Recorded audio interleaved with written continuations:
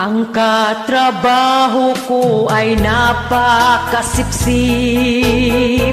Sa amo namin siya'y dikit ng dikit.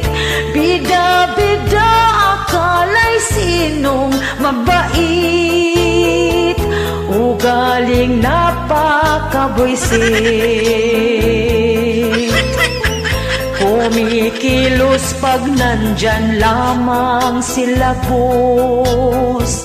Pag wala na ko ang dami niyang dut-dut.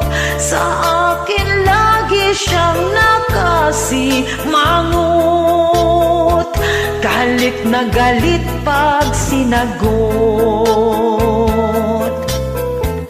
Akala mo siya ay tagapagmana.